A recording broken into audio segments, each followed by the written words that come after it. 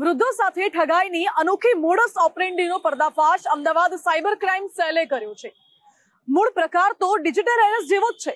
જો કે વૃદ્ધો પાસેથી સારવારના નામે આરોપીઓ પૈસા ખંખેરી લેતા હતા, પરંતુ આ તો બેંક કર્મચારી અને પોલીસ જવાનની સતર્કતાને પગલે આરોપી પોલીસના સકંજામાં આવી ગયા।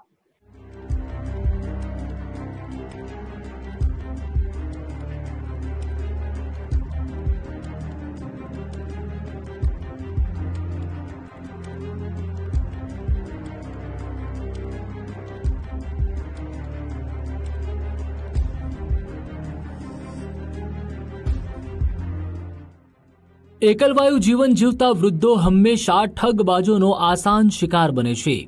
અમદાવાદ, સુરત, રાજકોટ જેવા મોટા શહેરોમાં ટેકનોલોજીના ઉપયોગથી અજાણ કે પાડોશી અને પરિચિતો સાથે ઘરોબો ન કેળવતા વૃદ્ધો સાથે છેતરપિંડીના કિસ્સા વધતા જાય છે।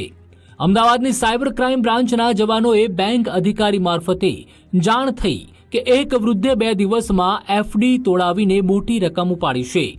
શંકાના આધારે પોલીસે વૃદ્ધની આસપાસ ફરતા એક શખ્સ મોહમ્મદ અમજદ મહેમૂદને ઝડપીને તપાસ કરી તો વૃદ્ધોની ઠગાઈના એક અનોખા રેકેટનો પર્દાફાશ થયો। બેંકમાંથી પૈસા ઉપાડનારી વૃદ્ધની પત્નીને ઘૂંટણ, પીઠ અને કમરની તકલીફ હતી, જેથી ફિઝિયોથેરાપી સેન્ટરની બહાર જતા આવતા દંપતીની લાંબો સમય રેકી કરી।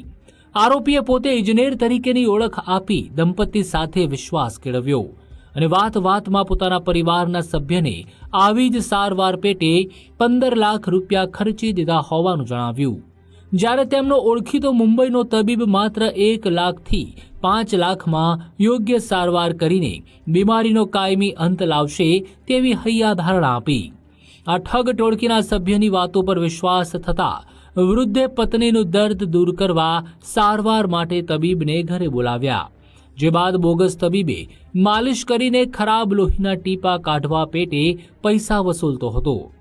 બીમાર વૃદ્ધાના 40 થી 50 જેટલા ખરાબ લોહીના ટીપા પેટે 4 લાખ રૂપિયાની રકમ વસૂલ કરીને ઠગાઈ આચરી હતી।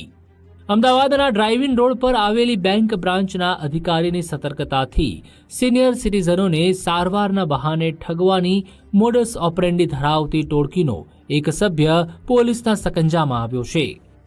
ગત તારીખ 15ના રોજ બેંક ઓફ બરોડાની ડ્રાઇવિંગ રોડ બ્રાન્ચમાંથી એક વૃદ્ધ દ્વારા પોતાની એફડી તોડવામાં આવેલી।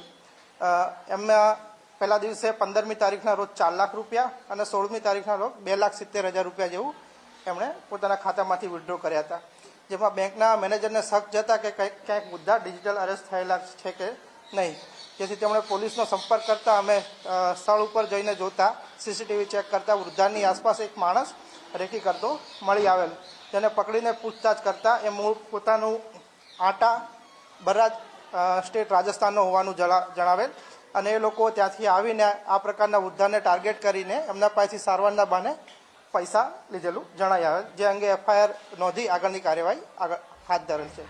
આ રાજસ્થાની ઠગ ટોળકીના શખ્સો ક્યારેક તબીબ અને ક્યારેક તબીબના સહાયક બની જતા હતા, તો ક્યારેક વૃદ્ધોની બેંક કે અન્ય અવરજવર પર દેખરેખ રાખતા હતા, જેથી લાંબા સમય સુધી વિશ્વાસમાં લઈને મોટી રકમની ઠગાઈ કરી શકાય। આ ગેંગના અન્ય શાતિર ઠગબાજ પૈકી મોહમ્મદ આર્યને ઇજનેર તરીકેની ઓળખ આપી હતી, જ્યારે શેરુ ઉર્ફે નોમાને બોગસ તબીબ દિવાનની ભૂમિકા ભજવી હતી, જ્યારે મોહમ્મદ સમીર પોતાને તબીબનો આસિસ્ટન્ટ ગણાવતો હતો।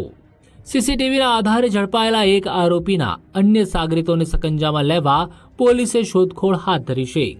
આ રાજસ્થાની ટોળકીએ અત્યાર સુધીમાં 3 વૃદ્ધો પાસેથી લાખો રૂપિયા પડાવી લીધા હોવાનો પણ ખુલાસો થયો છે। મૂળ છે એ આરોપી આટા ગાંવ છે રાજસ્થાનનું, બર્રા સ્ટેટ રાજસ્થાનના છે। આ લોકો અત્યારે હિંમતનગરમાં પેટ્રોલ પંપની આજુબાજુ એક ખેતર ભાડે રાખી અને ઝૂંપડું બાંધીને રહે। એ લોકો આ એક આવી અલગ અલગ બીજી ઘણી બધી ગેંગો છે। મૂળ રાજસ્થાનથી આવવાનું, કોઈ જગ્યાએ આવું ખેતર ભાડે રાખી લેવાનું અને ત્યાં ઝૂંપડું બાંધીને રહેવાનું અને ત્યાંથી પછી મોટા મોટા સિટીઓમાં જઈને વૃદ્ધાને ટાર્ગેટ કરવાના, જેમ કે સુરત છે, અમદાવાદ છે, મુંબઈ છે, એ રીતનું। હાલ આપણે એક એફઆઈઆર રજીસ્ટર કરી છે। આખા અન્ય એક જગ્યાએ પણ એફઆઈઆર રજીસ્ટર થઈ ગઈ છે। ટોટલ આવા 3 કિસ્સા આપણી સામે આવી ગયા છે। મોહમ્મદ અમજદ અને તેના સાથીઓ નકલી ડોક્ટરની ગેંગ ચલાવીને શારીરિક રીતે અશક્ત વૃદ્ધને સારવારના બહાને ચૂનો ચોપડતા હતા આ ગેંગના સભ્યો બેંક, બગીચા, મંદિર, હોસ્પિટલ અને ફિઝિયોથેરાપી સેન્ટર પર રેકી કરીને વરિષ્ઠ નાગરિકોની ઓળખ કરતા હતા. આ ગેંગે ગુજરાત સહિત અન્ય રાજ્યોમાં કેટલાક ગુના આચર્યા હોવાની આશંકા છે. આ ટોળકીને બાકીના સભ્યો ઝડપાયા બાદ વધુ સ્ફોટક ખુલાસા થવાની શક્યતા છે. અર્પિત દરજી, ગુજરાત ફર્સ્ટ, અમદાવાદ.